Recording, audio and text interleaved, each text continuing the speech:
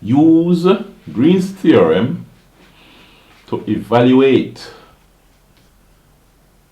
Now, this is an integral around a closed curve of x squared y dx plus xy squared dy, and the region is x and y such that x is between 0 and 1 and y is between 0 and x. Okay, and we have the formula here for Green's theorem.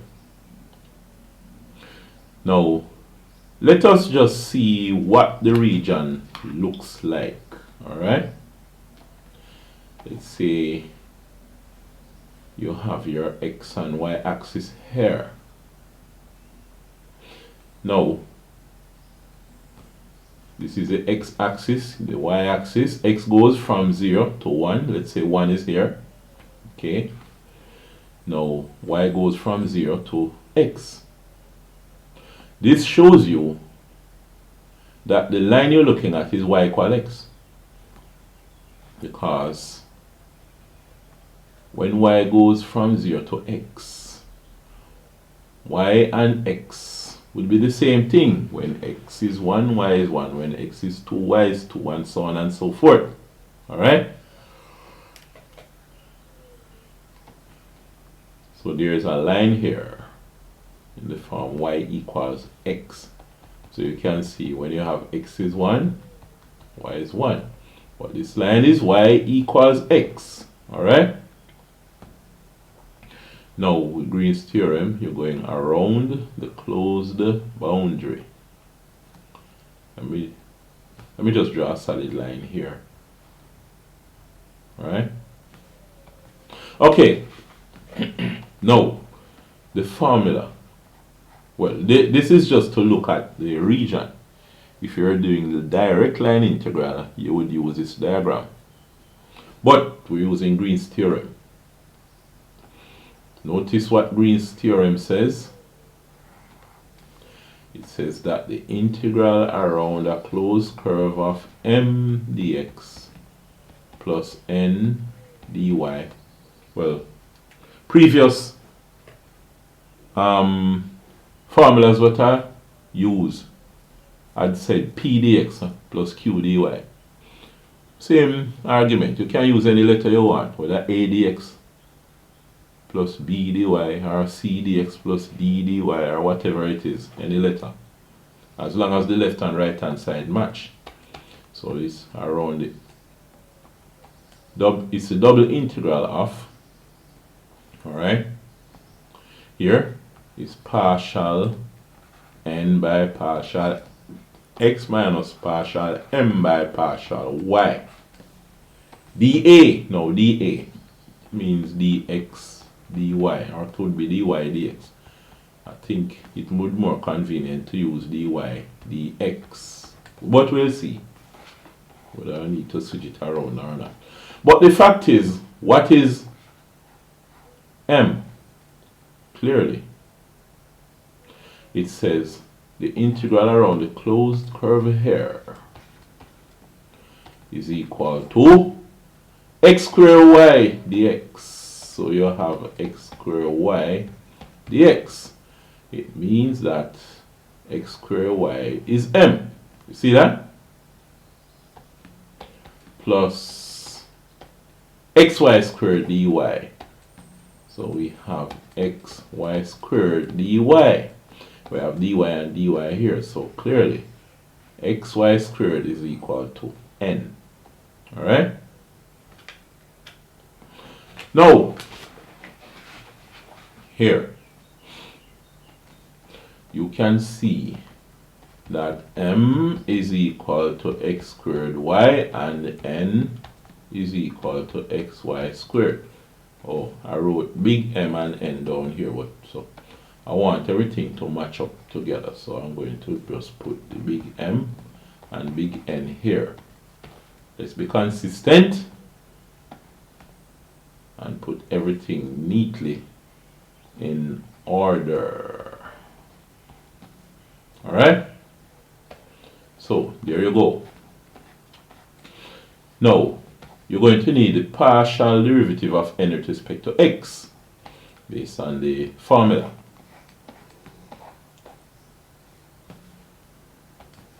Partial n by partial x is, well, you can see here that is going to be y squared, alright? What else you need? Partial derivative of m with respect to y. So the partial of m by partial y is, well, you see here, x squared. Alright? Now, here, we substitute. We have a double integral of partial n by partial x, in this case y squared minus partial m by partial y, in this case it is x squared. Now we need to put in the boundaries. Now remember, you're integrating from the inside out, so in an integral that can have function like y equals x. So we're looking at going from y equals 0 to y equals x. It means dy is what we're integrating first, right? So I had it right from the start, dy. The last integral should have only numbers at the boundaries. So we're doing dx later on, and the x goes from where to where again? From 0 to 1. So x is from 0 to x equal 1. X equals 0 to x equals 1. So there we go. We have the boundaries of the integral.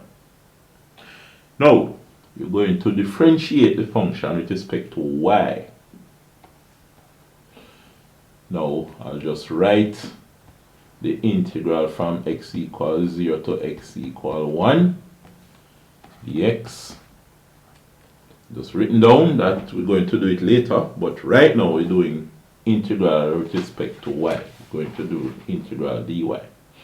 So when you differentiate, no, when you integrate y squared with respect to y, it becomes y cubed over 3, right?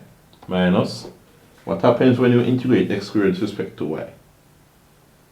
Well, you have x squared y. It's the same thing as if you say you have 4, and you're integrating with respect to y, you have 4y, right?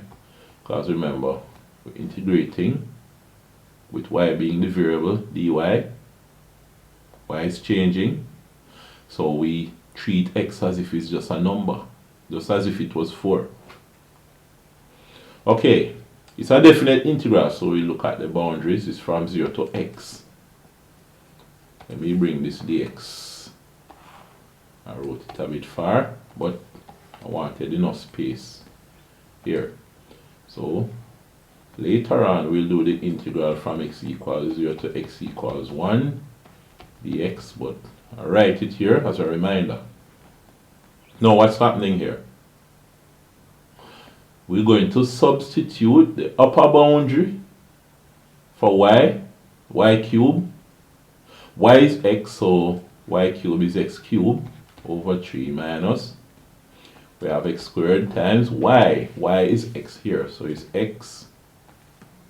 Okay, that's the upper boundary minus the lower boundary now, which is 0. So y is 0 there, so it's 0 cubed over 3 minus x squared times y is 0, so it's 0. Okay,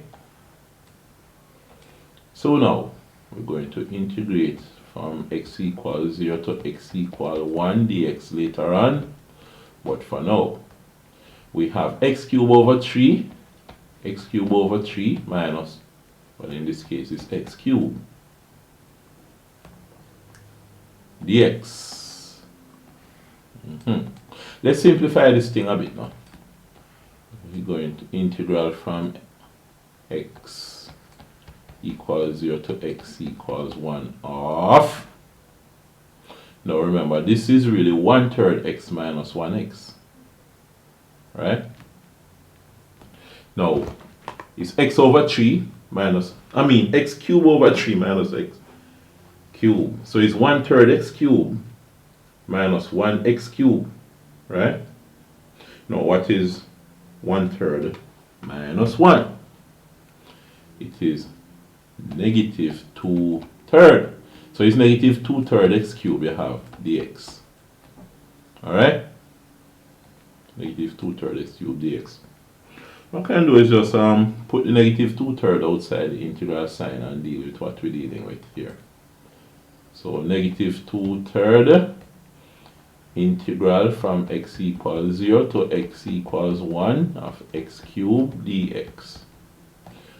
Now what is this?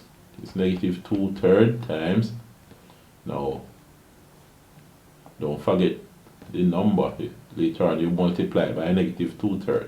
But let's integrate x cubed with respect to x. What you'll get is x to the 4th over 4. And this is a definite integral, and the boundaries are 0 and 1, as you see here. Alright?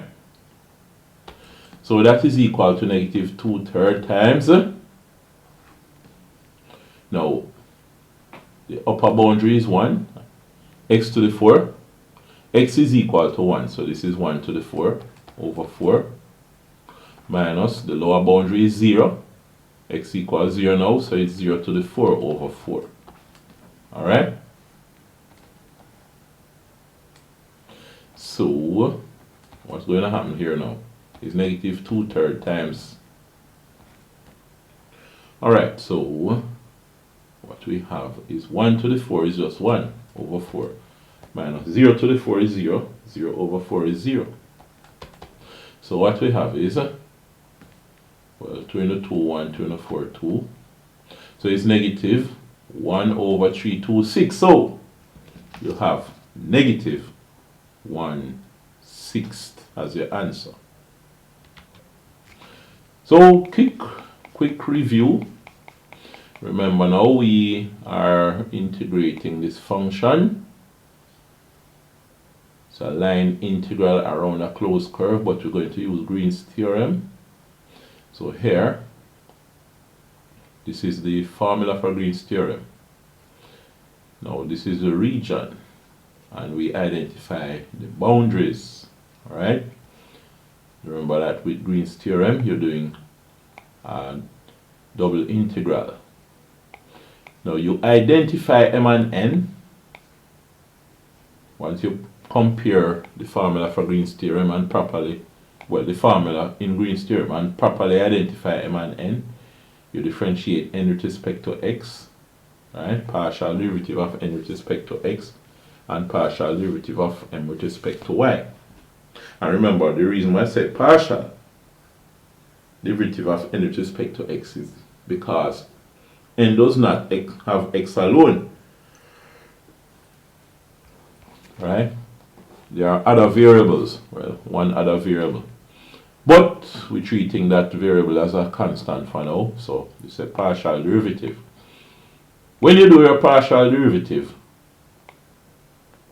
you get m, and then partial m by partial y is x squared, and then you have n, which is this, partial n by partial x is y squared, and you substitute them in the formula and you identify your boundaries. Y goes from 0 to x, so it's dy. That means you are stacking up elements upwards from floor to ceiling.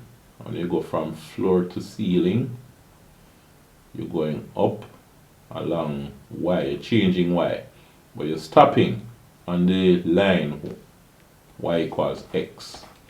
So you go from y equals 0 to y equals x.